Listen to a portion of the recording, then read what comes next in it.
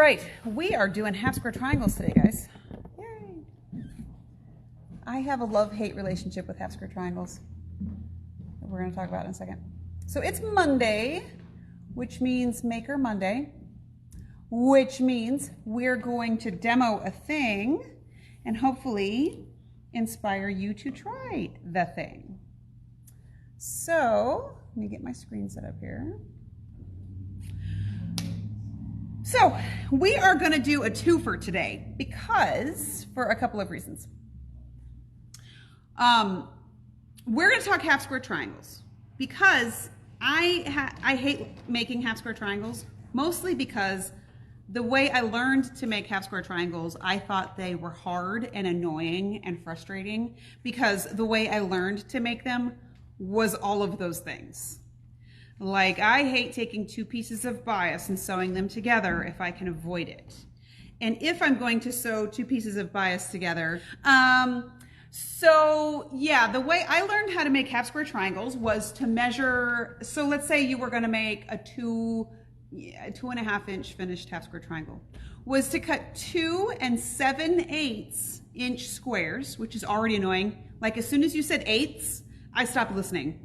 And then cut those squares on a diagonal to make 2 triangles with bias everywhere.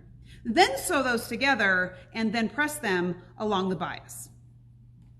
All of those things make 4 layers worth of annoyance, right? So I used to think that I hated half square triangles. So I used to make all of my stuff oversized, sew it, press it, square it up and trim it. I still do that with some things. I still like using my block half square triangle trimmer when I'm making stuff. I'll still cut my, especially if I'm making a whole bunch of the same thing. I like using my block to trim down my half square triangles. But if you don't like doing that step and you just want it to be a one-step deal, I'm going to show you a second way that I make half square triangles sometimes, especially if you're doing scrap quilts, okay? So I have a couple of books I'm going to share with you too on making scrap quilts. Sorry. Whew, I need coffee. The ruler we're going to talk about today is called the Clearly Perfect Slotted Trimmer. It doesn't necessarily make half square triangles. I mean, it does, but it does it because it's trimming them and cutting them all at the same time, which I think is groovy. So we're going to do double duty though, and I'm going to show you how to cut some strips first. This is a secondary ruler that a lot of people ask me about this ruler. And then I realized today when I was cutting strips to do this demo that I've never actually shown you guys this ruler. This is the Stripology Ruler. This is the second one that Gudrun came out with. This is the Stripology Squared ruler. So it actually does double duty for all kinds of things. We're going to show you the absolute basic thing that the Stripology ruler does. Because again, I have people ask me about this ruler all the time. They're like, I saw it on a video, and is it really as cool as they say? I'm going to demo it, and you decide. When I'm cutting squares, I prefer to use other rulers, but when I'm cutting strips, this is a really handy ruler for a couple of reasons. One, when you go to square up your strip, you usually have to cut this side and then flip your fabric around, right? Because if you're right-handed or left-handed, you cut one side of the ruler or the other. The thing I like about the Stripology ruler is that you don't have to do that. That's one step I really like. I'm actually prepping fabric for the Queen's Dream class that starts tonight. And one of the things I have to do is cut 3-inch strips of this fabric right here. So this is how this ruler works. For the purpose of what we're showing right now, we're not going to pay attention to any of these white lines yet. We're just going to look at this skinny white line right down here at the bottom. I have a piece of fabric that's selvage to selvage. I've put my selvages together and folded the fabric in half, so I have a smaller, manageable surface area. I'm going to line the skinny line up with my fold all the way down the fold. Then I'm going to slide my ruler over, which I should have done first. I want this, see all these, there's measurement lines that go up in the white circles. There's cutting lines that go left to right in the black circles. I want my 0 line to be just barely over the edge of my usable fabric. Now, I'm a fabric ripper. We've talked about this. So the edge of my fabric has been ripped. So I just want to get rid of this edge, just to straighten it up. So I want to make sure that this 0 line is just this side of where my rip is, okay? Now, if you're using a Quilter Select ruler, you will need to open the blade and then pull the guard back because it needs to fit between the edges of the ruler, okay? There's big sort of teardrop shapes right here that will let the ruler fit, or let the cutter fit, I'm sorry. So the cutter will fit right down inside that teardrop space. I'm gonna cut up the 0 line, and that will get rid of that messy bit. Then I wanna cut 3-inch strips. So I'm gonna go from my 0 line, not from the edge of my ruler, but from my 0 line to 3. And then I'm gonna go again to the 6 line. And for what I'm doing in class tonight, I only need 2. But if I needed to cut this whole bit, you could see where I'd cut the 3, the 6, the 9, the 12, slide my fabric over, straighten it up on the 0, 3, 6, 9, 12, right? Okay, so what I have when I take my ruler away is I've got my garbage, and then I have my 3-inch strips. That's pretty cool. Even the fact that I don't have to square up one side and flip it is worth the price of admission, okay? So these strips are for a different class tonight. All right, so we're gonna get rid of this fabric because this is for tonight's class. Now, for making the half square triangles, what I did was I took 2 pieces of fabric, 2 inches wide. My ruler tells me what size I need to cut everything. If I am making a 1.5 inch finished half square triangle, which is what my pattern is gonna tell me the size is gonna be, the ruler tells me to cut 2-inch strips, which I have done. I've cut 2 2-inch strips, and I sewed a 1/4 inch seam allowance on both sides. So now I have a tube, okay? You don't have to do the tube. You can just sew one side if you want to, but you'll waste fabric that way. If you sew both sides of the strip, you won't waste as much fabric. So I like to stand on the end of my table so that I can cut both sides of my ruler. The lines, I'm going to flip this over so you can see the lines on the ruler better because this side's lighter. The lines of my ruler have a shadowed space. So if I'm cutting the 1.5 inch finished, I'm going to line up the dotted line with my seam line, and the bottom of the shadow should fall to the edge of my fabric. Okay, so I could sew one side and cut my triangle, and then slide this over and cut my triangle again. But then if I hadn't sewn the other strip over here, I'd be throwing all that fabric away. Since I sewed the other side of the tube as well, I can flip the ruler around, except I forgot a step, which I will show you correctly on this one. Hey, I see what you're doing. That's cheating. Uh-huh. So I'm going to line this side up, and I'm going to cut the other side. Now, before I pick this up, I'm going to take this. This is what made me think of the Stripology ruler. See the little teardrop shape that's in this ruler too? I can take my cutter and I just notch off the ends. Okay, I forgot to do that on this side, so we're just going to go back and notch these ends off.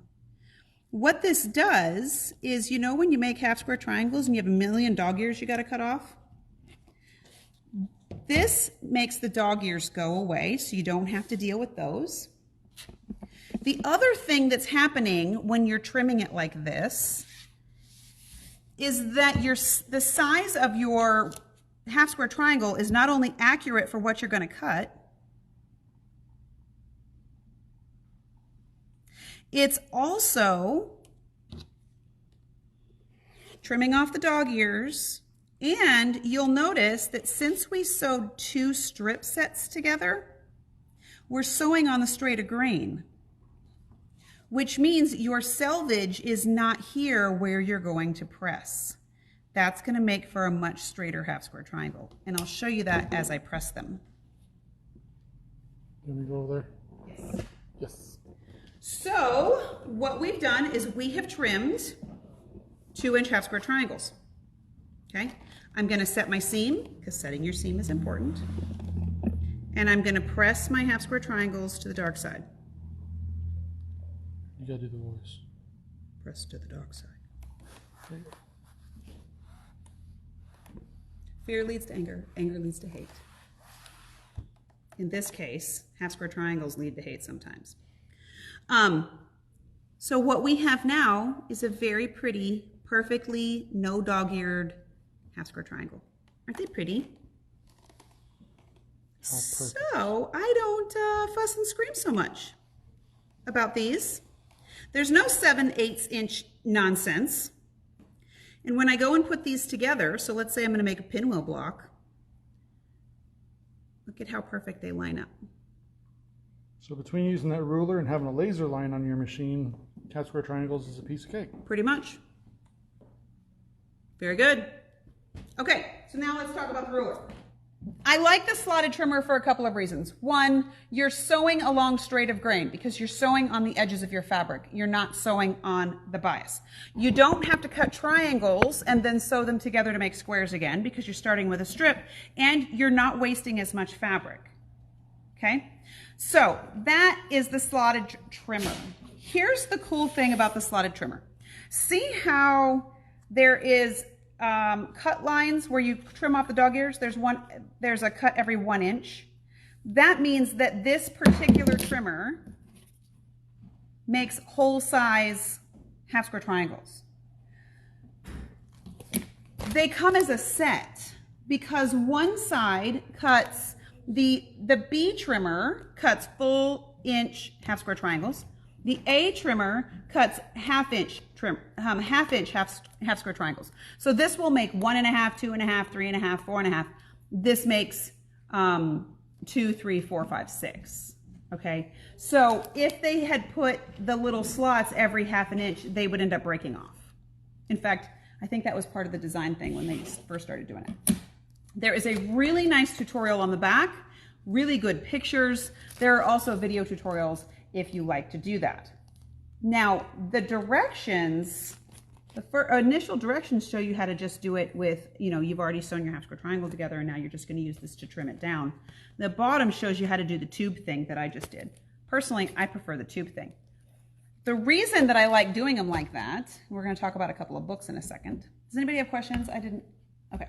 All right. If you have questions about any of the stuff that I did, go ahead and speak up. Because now we're going to talk about the things that we used in the video. Are you going to flip them or am I? You can flip them. Okay, good. The things we used in the video was first the Stripology Ruler. This is the Stripology Squared. It also comes in a junior size, which is about, let's see, I think it's 9 by 12. So it's about that big. This is the Stripology Squared Ruler. This is the one that I find to be the most maneuverable on most mats. Okay, so that's the one we're showing today is the Stripology Squared Ruler. So this is number 401. Especially if you cut strip sets, this is a super handy tool to use. Again, there's lots of other things you can do with this, like cutting strip sets. So after they've been sewn together, you can lay them out and cut them the other way. You can turn your stuff on an angle and cut down your blocks. There's lots of other things that we'll talk about on later videos of what you can do with the Stripology Ruler. We're thinking about starting a Stripology club, which would be kind of fun too. But for today's argument, we cut strip sets. Don't be a scared, Rowan. You can do it.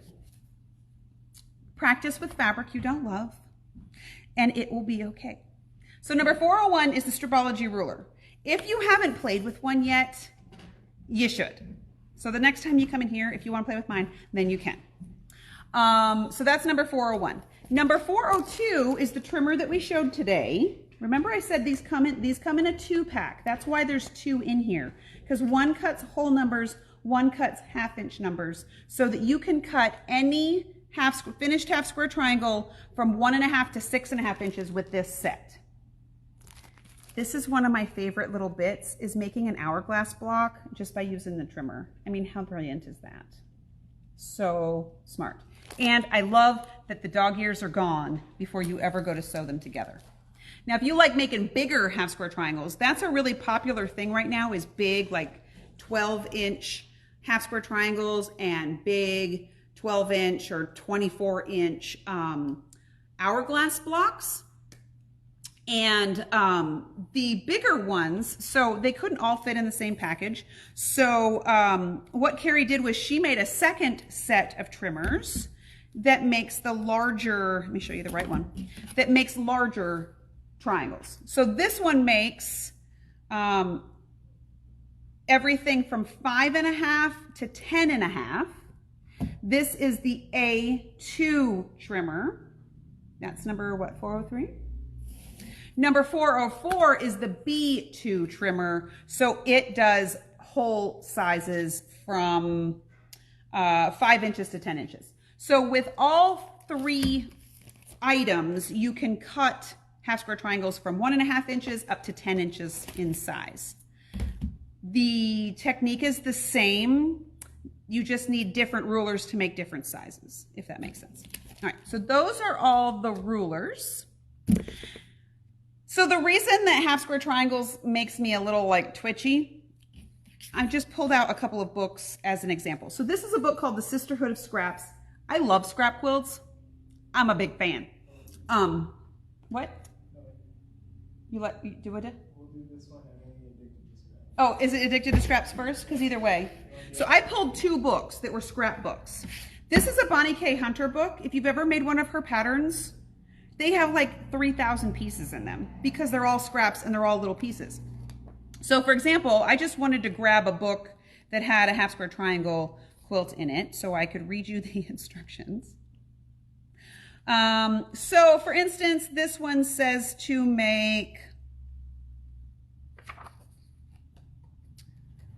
236 light half square triangles and 182 dark half square triangles. Math nerd, quick, what's that math? Well over 400 half square triangles. So I know I don't want to cut up 800 some triangles and then sew them together. This is another book that's really great. So this is Addicted to Scrap.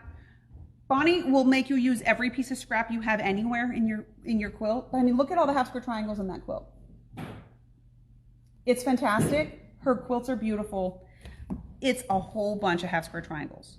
So this is another book that we've got. This is Sisterhood of Scrap, and it's the same thing. I just pulled out one pattern. This pattern right here.